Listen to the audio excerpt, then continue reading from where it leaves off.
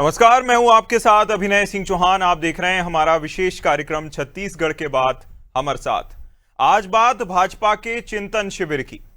छत्तीसगढ़ सरकार के 2 दिवसीय चिंतन शिविर 3.0 का आयोजन 4 से लेकर 5 जुलाई 2026 को भारतीय प्रबंधन संस्थान रायपुर में किया गया, जहां मुख्यमंत्री विष्णुदेव साय के नेतृत्व में आयोजित शिविर का मुख्य उद्देश्य विकसित छत्तीसगढ़ के विजन को गति देना और शासन व्यवस्था को अधिक प्रभावी, आधुनिक और जनहितैषी बनाना था। शिविर में शासन प्रशासन में तकनीक, पारदर्शिता और जवाबदेही बढ़ाकर जनसेवा को परिणामोन्मुख बनाने पर जोर दिया गया, जहां शिविर में नीति आयोग के सदस्य, राष्ट्रीय स्तर के नीति विशेषज्ञ और प्रख्यात चिंतक भी शामिल हुए। कृषि अर्थशास्त्री डॉक्टर रमेश चंद और कृषि विशेषज्ञ टी विजय कुमार जैसे दिग्गजों ने अपने विचार साझा किए। जहां शिविर के बारे में मुख्यमंत्री विष्णुदेव साय ने कहा कि चिंतन शिविर केवल विचार विमर्श का मंच नहीं, बल्कि शासन की कार्य संस्कृति में निरंतर सुधार और नवाचार का माध्यम बन चुका है। पिछले 2 संस्करणों से प्राप्त सुझावों को लेकर सरकार ने प्रभावी ढंग से धरातल पर उतारा है, जिसके सकारात्मक परिणाम आज प्रदेश की प्रशासनिक व्यवस्था में स्पष्ट दिखाई दे रहे हैं। उन्होंने कहा कि शासन में तकनीक, पारदर्शिता, जवाबदेही और जन सरोकारों को केंद्र में रखकर आगे बढ़ाना ही इस शिविर का मूल उद्देश्य है। सीएम साय ने पलटवार करते हुए कहा कि पूर्व सीएम भूपेश बघेल को लेकर जो बयान सामने आए थे, उन्हें लेकर भूपेश बघेल ने कहा कि छत्तीसगढ़ को हर साल नए चिंतन शिविरों से ज्यादा पहले पिछले चिंतन शिविरों के परिणाम की समीक्षा की जरूरत है। बघेल ने कहा कि मैनेजमेंट के प्रोफेसर और छात्र आमतौर पर सरकार के कामकाज का अध्ययन करने आते हैं, लेकिन यहां उल्टा हो रहा है। उन्होंने कहा कि सरकार गांव को कैसे उजाड़ना है, इसकी ट्रेनिंग ले रही है। बघेल के आरोप सियासी हैं, किंतु बड़ा सवाल यह है कि क्या इस तरह के चिंतन शिविर सरकार के कामकाज में सुधार करने में सहायक होते हैं, या फिर चिंतन शिविर की सीख वातानुकूलित कक्षों से बाहर नहीं निकल पाती। आज की चर्चा इन्हीं सवालों के इर्द गिर्द होगी। पहले सुन लेते हैं कुछ प्रतिक्रियाएं। हमारी सरकार में आईआईएम के लोग जाते थे फील्ड में अध्ययन करने, यहाँ उल्टा हो रहा है कि आईआईएम से ये प्रशिक्षण ले रहे हैं, और 2 बार तो प्रशिक्षण ले चुके हैं। और 2 बार के प्रशिक्षण में क्या है कि नकटी गांव को कैसे उजाड़ना है, ये सीख क्या है आईआईएम से। लोगों को कैसे उजाड़ना है। अब क्या तूता को उजाड़ने की ट्रेनिंग लेने गए हैं, वहां भी सुनो नोटिस होगी। 3 को ऐसा है कि उल्टे घड़े में पानी डालने से पानी भरता नहीं है। जो इसमें योग्य लोग हैं उसको बाहर बिठा कर रखे हैं लोग, जो अनुभवी लोग हैं उसको बाहर कर दिए हैं। चाहे वो अजय चंद्राकर हो, चाहे अमर अग्रवाल हो, चाहे वो धर्मलाल कौशिक हो, चाहे ब्रिजमोहन हो, चाहे राजेश हो, ये सब जो अनुभवी लोग हैं उसको बाहर कर दिया गया है। और अनुभवहीन और इनके ये विवेकहीन लोग हैं। यदि इनमें विवेक होता तो ये नकटी गांव को उजाड़ते नहीं। ये भारतीय जनता पार्टी और भारतीय जनता पार्टी की सरकार की विशेषता है। तो जब हम संगठन में रहते हैं या सरकार में रहते हैं, हम अपने कार्यों की समीक्षा करते हैं और जनता के लिए हम कितना बेहतर कर सकते हैं, इसके लिए यदि हमें कहीं भी प्रबंधन करने के लिए या कहीं भी सीखने की जरूरत है, तो वहां तक बीजेपी जाती है। और हिंदुस्तान में कहा भी जाता है कि सीखने की कोई उम्र नहीं होती। प्रत्येक दिन, प्रत्येक घंटे, प्रत्येक मिनट, प्रत्येक सेकंड हम नई चीजों को ग्रहण करते हैं, उसकी कोई उम्र नहीं है। लेकिन ये राजशाही लोग हैं, सामंतशाही लोग हैं, हम और कितना बेहतर कर सकते हैं आने वाले समय में। इसके लिए समय समय पर इस प्रकार के चिंतन शिविर, प्रबंधन, मैनेजमेंट, सरकार को किस तरीके से बेहतर चलाए, परिणाम मूलक हम काम किस तरीके से कर सकें, इसके लिए हम लगातार काम करते हैं। ये तो वो लोग हैं, कांग्रेस के लोग, जो केवल एक परिवार की चापलूसी करते हैं। ये प्रबंधन सीखते हैं, लेकिन गांधी परिवार की चापलूसी का प्रबंधन किस तरीके से करे, ये भूपेश बघेल जी करने आए हैं, इसीलिए मुख्यमंत्री बने। और इस विषय पर हमारे साथ चर्चा करने के लिए खास मेहमान जुड़ गए हैं। रामू नेताम जी, भाजपा प्रवक्ता हमारे साथ जुड़ गए हैं। विनय शुक्ला, कांग्रेस प्रवक्ता हमारे साथ जुड़ गए हैं। नागेंद्र वर्मा जी, वरिष्ठ पत्रकार, हमें ज्वाइन कर चुके हैं। तीनों ही मेहमानों का सबसे पहले तो मैं बहुत स्वागत करूंगा अनादि टीवी पर। और सवालों की शुरुआत रामू जी आपके साथ। देखिए, सिखाना था आईआईएम के स्टूडेंट्स को, आप खुद ही वहां सीखने पहुंच गए। ये उल्टी गंगा बहा रहे हैं, कैसे चलेगा? देखिए, हम्म। पहले तो चौहान जी और हमारे आपको नमस्कार, और हमारे कांग्रेस के पत्रकार है विनय शुक्ला जी, और हमारे कांग्रेस के प्रवक्ता विनय शुक्ला जी, माफ करिए, और हमारे पत्रकार जो है नागेंद्र वर्मा जी, वरिष्ठ पत्रकार है, इनको मेरा नमस्कार। जी। देखिए चौहान जी, ये चिंतन शिविर, देखिए ये सरकार की रूपरेखा की योजना कैसे बनाया जाएगा और आगामी आने वाले समय में कैसे काम किया जाए, हम्म। इस विषय को लेकर ये चिंतन शिविर लगाया गया है। और इसमें पूरे हमारे जो मिनिस्टर जो लोग हैं भाई, इसमें सुझावों को नीति में कैसे उतारेंगे, हम्म। इस विषय पे काम करने के लिए चिंतन शिविर लगाया गया। और इसमें ऐसा नहीं है कि कोई नौटंकी करने के लिए हमने शिविर लगाया। और रही बात, इसमें कई विशेषज्ञ लोग ये एआई और आधारित प्रशासनिक जिला और जीडीपी मॉडल पर दिए कैसे इस पे काम करेंगे, हम्म। इस विषय को लेकर हमने काम किए। और बस्तर आने वाले जो समय में पर्यटक के क्षेत्र में कैसे हम डेवलपमेंट करें, और पर्यटक के क्षेत्र में कैसे आम जो छत्तीसगढ़ की जनता को कैसे जोड़े और इनके साथ मिलकर कैसे डेवलप किया जाए, इस विषय को लेकर ये शिविर लगाया गया है। ये कोई नौटंकी वाले थोड़े हैं, इसमें बड़े बड़े स्तर के हमारे मिनिस्टर, हमारे सभी लोग उपस्थित रहे।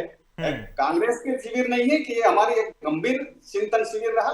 इसमें आने वाला समय में कैसे रूपरेखा तैयार करके हम अपने छत्तीसगढ़ को आगे बढ़ाएंगे, इस विषय पे लेके ये जो चिंतन शिविर लगाया गया है। रामू जी, सबसे बड़ी बात यह भी सामने आती है कि देखिए, ये कह दिया जाता है कि चिंतन शिविर से ज्यादा आपको उन लोगों की चिंता करनी चाहिए जो छत्तीसगढ़ में निवास कर रहे हैं, और कानून व्यवस्था को लेकर आप उनके लिए कुछ ज्यादा करते हुए तो नजर आते नहीं है। कानून व्यवस्था दिन प्रतिदिन खराब होती जा रही है। और दूसरी बात यह है कि कैसे, कौन से ऐसे आपके अब तक के जो है उदाहरण हैं जो आपने वहां प्रस्ताव पर चर्चा की हो। प्रस्ताव पर चर्चा आप कैबिनेट बैठक में कर सकते हैं, चिंतन शिविर की क्या जरूरत है?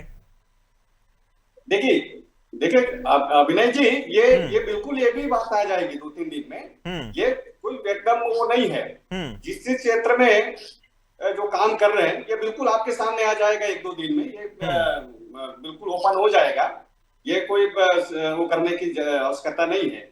नहीं, ये सवाल इसलिए पूछा रामू जी, ये सवाल इसने आपने बताया, चूंकि आपकी बातों से मैं समझा कि एआई आधारित कैसे प्रबंधन और पर्यटन को उस क्षेत्र में कैसे पहुंचाया जाए जो अब तक पिछड़ा हुआ था। ये 2-3 बातें मैंने पकड़ी, लेकिन अब तक चूंकि आपका ये तीसरा संस्करण था, तो 2 संस्करणों से ऐसा क्या निकलकर सामने आया जो अब लागू हो चुका है या फिर अभी प्रक्रियाधीन है? बिल्कुल बिल्कुल कुछ दिन में लागू होने वाला है विनय जी। और ये हमारी सरकार बड़ा गंभीर से चिंतन कर रही है प्रदेश के विषय को लेके, और हमारी प्रदेश की जनता को लेके। बिल्कुल कुछ नया होने वाला है, और डेवलपमेंट बिल्कुल नया कुछ होने वाला है विनय जी। देखिए, जहां तक मैं समझ पाया हूं, पर्यटन को माफ कीजिएगा, बस्तर तक पहुंचाने के लिए और सीधे तौर पर जहां आप सुरक्षा व्यवस्था थोड़ी सुधर रही है, वहां और कैसे किया जाए।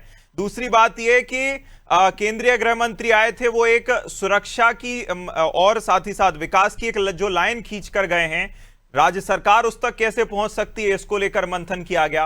और जहां तक मैं देख पाता हूं, 2 चिंतन शिविर के बाद एक सीएम हेल्पलाइन लागू हो जाती है, दूसरा मैं अभी उदाहरण आपको दूंगा। लेकिन इस तरह के प्रयास किए तो जा रहे हैं, कम से कम कुछ नवाचार करने की कोशिश की जा रही है। इसमें समस्या कहां है विनय जी? देखिए, सबसे पहले तो आपको, आपके दर्शकों को और साथी पेश को नमस्कार करता हूं जी। बड़ी विडंबना है, भारतीय जनता पार्टी के चिंतन शिविर हो रहा है। पिछले 2 बार भी हो चुके हैं। हमारे नेता भूपेश बघेल जी ने बहुत अच्छी बात कही कि पिछले 2 बार जो चिंतन शिविर जिसके कारण हुए, उसका अमल हुआ है कि नहीं।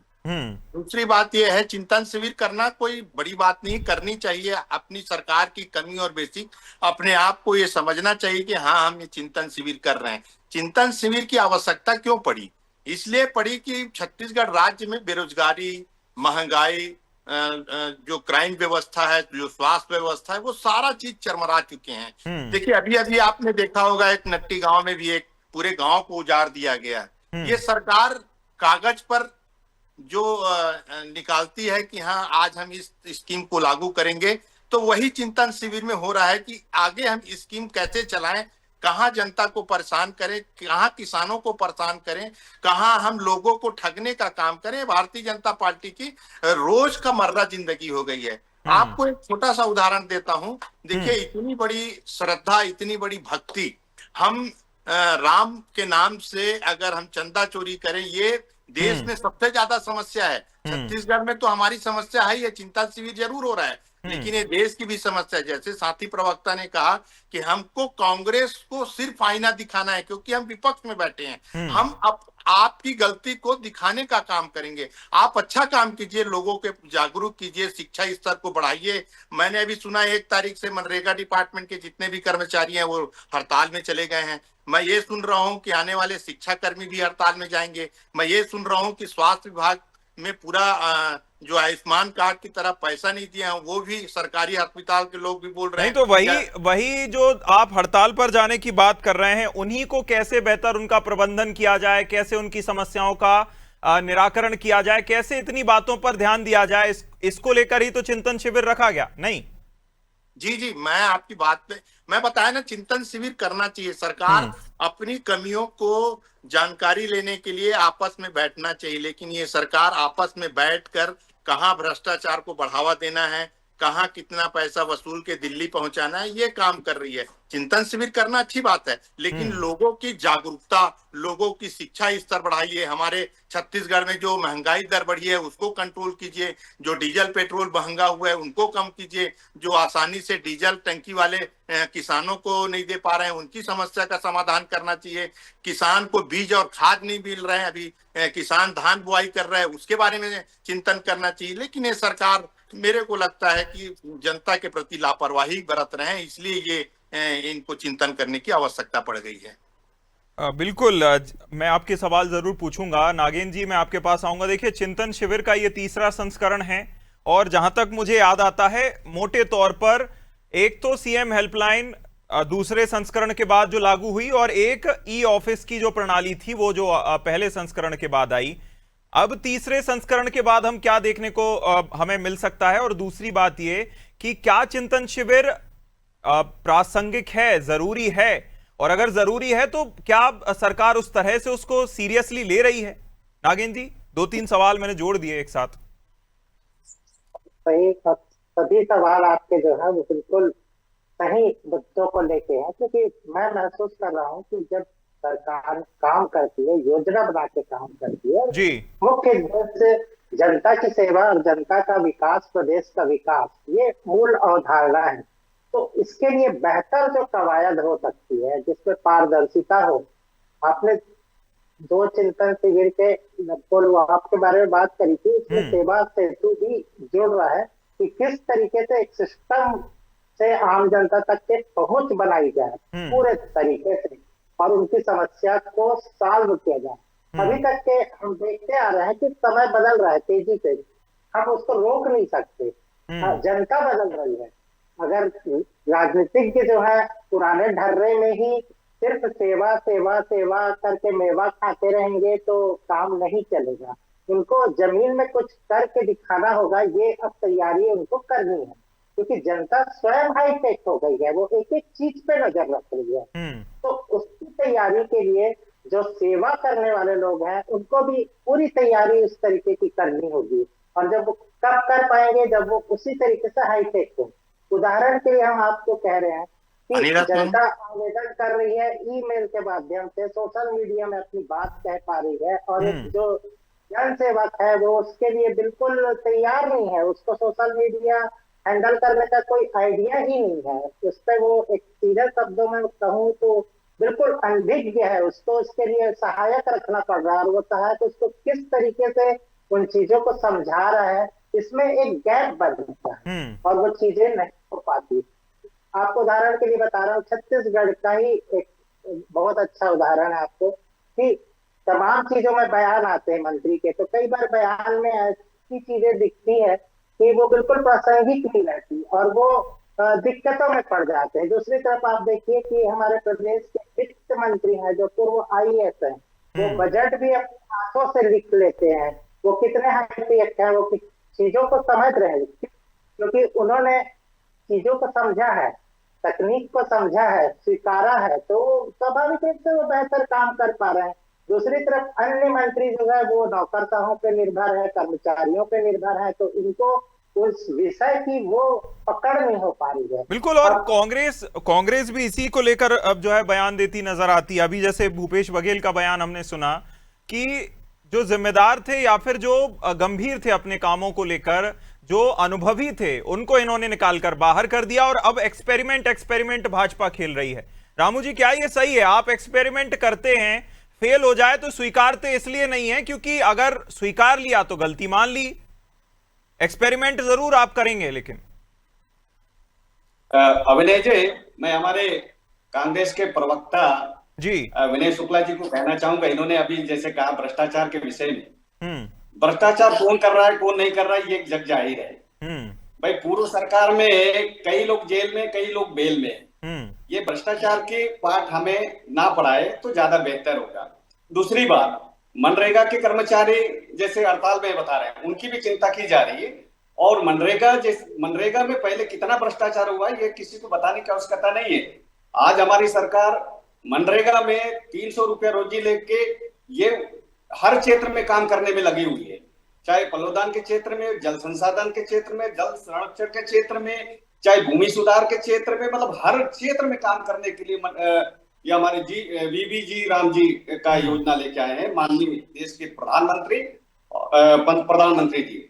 और तीसरे सवाल में कहना चाहूंगा हमारे कांग्रेसी मित्र को, जैसे नकटी गांव का जो मामला है, नकटी गांव में ज्यादा कोई बताने की आवश्यकता नहीं है। इसमें हमारे पूर्व सीएम माननीय डॉक्टर रमन सिंह जी का भी बयान आया है और आवासीय मंत्री ओपी साहब का भी बयान आया है और अपने आयोग के जो चेयरमैन है आसिम गुट, उनका भी बयान आया। इसमें मैं ज्यादा कुछ नहीं बताऊंगा। और रही बात जो चिंतन शिविर जो हमें जो बता रहे हैं, ये कांग्रेस ये खुद चिंतन करे कि हम 5 साल कैसे सरकार चलाए और कैसे भ्रष्टाचार किए और बाहर हो गए। भाई ये चिंता करे आने वाले समय में हम कैसे करें, ये हमें ज्ञान बांटने का काम ना करे तो ज्यादा बेहतर है। वो बात फिर सब पर लागू होती है कि अगर आप 5 साल में उस तरह से कुछ काम नहीं करिएगा, क्योंकि उन्हें 5 साल के लिए मौका मिला, वो 5 साल उन्होंने सरकार चलाई, उसके बाद आपको जनता ने मौका दिया। लेकिन आपने जो डिफ्लेक्ट कर दिया पूरी तरह से सवाल को, मैंने पूछा था आप मंत्रियों को लेकर हो, मुख्यमंत्रियों को लेकर हो, आप एक्सपेरिमेंट कर रहे हैं। अभी जैसा नागिन जी ने भी कहा था कि ऐसे मंत्रियों के पास कमान है जो सीधे तौर पर जो है पूरे अपने सचिवों पर निर्भर हैं। अब वो कुछ नहीं करते या वो कुछ नहीं बोले तो फिर भगवान राम भरोसे चल रहा है सब कुछ। आजकल राम भरोसे तो सब कुछ चल ही रहा है। अभिनय जी, राम भरोसे बिल्कुल भी नहीं होगा। हमारे जो जितने भी मंत्री है सब संवेदनशील है और सब जानकार लोग हैं और निश्चित तौर पे हमारे छत्तीसगढ़ के भविष्य के बारे में चिंता कर रहे हैं और बहुत ही हमारे छत्तीसगढ़ को आगे बढ़ाने में काम कर रहे हैं। ऐसा नहीं है कि हमारे सभी छत्तीसगढ़ के जो मिनिस्टर हैं सब संवेदनशील क्षेत्र में काम कर रहे हैं और बहुत ही ईमानदारी से काम कर रहे हैं। अगर किसी प्रकार का कोई वो है तो बिल्कुल हमारे मित्र को कहना चाहूंगा। विनय जी, चिंता है पूरे जो है छत्तीसगढ़ वासियों की, इसीलिए तो नए लोगों को लेकर आए हैं, युवाओं को मौका दिया है। आपकी तरफ तो युवाओं को मौका देने का वो है नहीं। इन लोग तो राजशाही कर, अभिनय जी, इन लोग तो कांग्रेस में राजशाही होता रहा। बिल्कुल, बाप का बाप, बाप का बेटा, बेटा का पोती। हमारे जो नए जने युवाओं को इसीलिए मौका दिया क्योंकि चिंता है। बिल्कुल चिंता है, इसीलिए चिंतन शिविर है। अगर चुप होंगे तो अपनी जवाब दूंगा मैं। जी बोलिए। जी देखिए, इन्होंने कांग्रेस को पूरा जिम्मेदार ठहराया, ठीक है, ये इनका खाना पानी कांग्रेस से ही चलता है, वरना ये कुछ बोल नहीं पाएंगे, ना तो डिबेट में ना तो प्रेस वार्ता में। जब भी अगर कुछ बोलेंगे तो कांग्रेस की बुराई पहले करेंगे। मैं आपको ये बताना चाहता हूं कि कहीं कमी बेसी के कारण हम आज विपक्ष में बैठे हैं। जिस समय हम सत्ता में आए थे इनके पास महज 14 सीट थी। हमारी कुछ कमियां हो गई, हम सरकार से बाहर हो गए, सरकार इनकी जवाबदारी थी। 2003 से लेकर 2018 तक सरकार इनकी चली, 2023 से अभी तक सरकार इनकी चली। छत्तीसगढ़ को अगर आप इतने ही चिंतन कर रहे हैं। आपकी सरकार 18 साल काम कर चुकी है और आप अभी तक इतना चिंतन कर रहे हो कि छत्तीसगढ़ के लोगों को संतुष्ट नहीं कर पा रहे हो, आप बेरोजगारी को कंट्रोल नहीं कर पा रहे हो, आप 18 साल से राज कर रहे हो। रही बात ये, हमको बोलते हैं कि आप ज्ञान मत दीजिए। मैं ये पूछना चाहता हूं, भारतीय जनता पार्टी के प्रवक्ता को तो शर्म आना चाहिए, उनको तो किसी भी प्रकार के डिबेट में नहीं बैठना चाहिए, क्योंकि वो भगवान रामचंद्र जी के यहाँ चोरी किए हैं और चोरी कैसे कैसे किए हैं ये हमको सिखाते हैं। कम से कम हमारा नाम या हमारे नेता का नाम स्टीम फाइल में तो नहीं आया। नरेंद्र मोदी देश के प्रधानमंत्री हैं, कैसे कैसे काम करते हैं। विनय जी राम जी की बात मत कीजिए, राम राम कहकर निकल जाएंगे, फिर आप कहेंगे कि मैं फिर आरोप या फिर चर्चा किससे होगी, आपको फिर ठीक नहीं रहेगा। चूंकि चर्चा के हम अंत में पहुंच गए हैं, तो इस तरह आप अगर बोलेंगे तो फिर राम राम कह देंगे, उसके आगे कुछ बोलेंगे नहीं। नागेंद्र जी, ठीक है नागेंद्र जी, मैं आखिरी सवाल आपसे करना चाहूंगा। नागेंद्र जी, जो चिंतन शिविर का अब तक का पूरा जो है, जिस तरह से हमने कार्य योजना देखी है कि चिंतन शिविर के बाद कुछ नवाचार को लेकर एक जो प्रक्रिया सामने आ जाती है, ई ऑफिस पहला चिंतन शिविर, दूसरा सीएम हेल्पलाइन, तीसरे चिंतन शिविर के बाद हम ऐसा क्या देख सकते हैं जो जनता तक पहुंचे और जनता के लिए हो? देखिए, इस शिविर का जो सबसे महत्वपूर्ण बिंदु है वो यही है कि सुशासन जो है नई तकनीक के साथ आगे बढ़ाने की योजना है। तो इसमें जो तकनीक का समावेश होगा, क्योंकि आज के समय में AI और जो सारी चीजें, क्योंकि चीजें पेपरलेस हो जाएंगी और पारदर्शी हो जाएंगी, और हर जगह डेवलपमेंट में जन भागीदारी का भी आपको हिस्सा दिखेगा, तकनीक भी दिखेगी, संसाधनों का कैसे बेहतर इस्तेमाल हो, इन सब चीजों को फोकस करके, क्योंकि परंपरागत रूप से जो चीजें थी, जिसको हम कहते हैं ना राम भरोसे सारी चीजें चल रही है, उससे हट के कुछ नया करने की जो बात है, और सिर्फ नौकरशाही पे ही डिपेंड नहीं होना है, जो सत्ता को चलाने के मूल बिंदु में है उनको भी सुविज्ञ होना पड़ेगा, विषय में उनकी महारत होनी पड़ेगी, और सारी चीजों को पूरे विवेक से करने का एक चिंतन है, ये मैं तो सही कहूंगा, तकनीक के साथ। तो एक बार ये बात है कि तमाम लोग अब पढ़ रहे हैं, सीख रहे हैं, समझ रहे हैं। और दूसरी बात, एक आपत्तिजनक बात हुई थी कि IIM जहाँ से लोग सीखते हैं वहां लोग सीखने जा रहे हैं, तो ये बात बहुत साफ है कि IIM जो है बहुत ही प्रतिष्ठित संस्थान है, वहाँ लोग हमेशा सीखते ही हैं। बिल्कुल सीखेंगे, और जो है जो सीखते हैं उसको जमीनी स्तर पर लेकर आएंगे, इसे लेकर जनता भी आशान्वित है। हालांकि ये देखने वाली बात होगी कि कितना जमीनी स्तर पर सरकार उतार पाती है, नहीं उतार पाती है। इसी के साथ रामू जी, मैं बहुत शुक्रिया कहूंगा आपको, विनय जी बहुत शुक्रिया हमारे साथ जुड़ने के लिए, नागेंद्र जी बहुत शुक्रिया इस खास चर्चा में शामिल होने के लिए। जिस तरह से चिंतन शिविर को लेकर बयानबाजी तेज है, ये हर बार देखने को मिलती है। तीसरा संस्करण है तो बयानबाजी अपनी जगह है, लेकिन चिंतन शिविर के बाद क्या जमीनी स्तर पर निकलकर सामने आता है, क्योंकि इसी के अब 1 ही 2 दिन बाद जो है कैबिनेट बैठक भी होगी, उसमें भी देखने को मिलेगा कि क्या चिंतन शिविर का सार है। इसी के साथ इस खास चर्चा में इतना ही। आप देखते रहिए अनादि टीवी। नमस्कार।